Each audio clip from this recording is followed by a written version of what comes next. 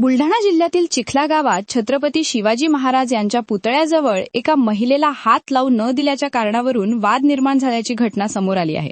तर स्त्री सन्मानाची शिकवण देणाऱ्या शिवरायांच्या भूमीत महिलेशी गैरवर्तन आणि कपडे फाडण्याचा प्रकार घडल्याने संताप व्यक्त केला जात आहे.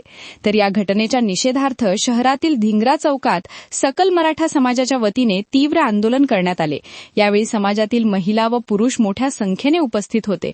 तर प्रशासनाने तत्काळ कठोर कारवाई करावी, अन्यथा समाज रस्त्यावर उतरून आंदोलन तीव्र करण्याचा इशाराही देण्यात आला आहे.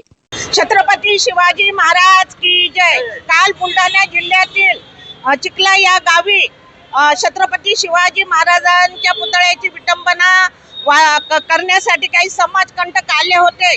त्यांना विरोध करण्यासाठी तेथील भगिनी संजीवनीताई वाघ या तिथे आल्या असता त्यांच्यावर अन्याय व अत्याचार करण्यात आले.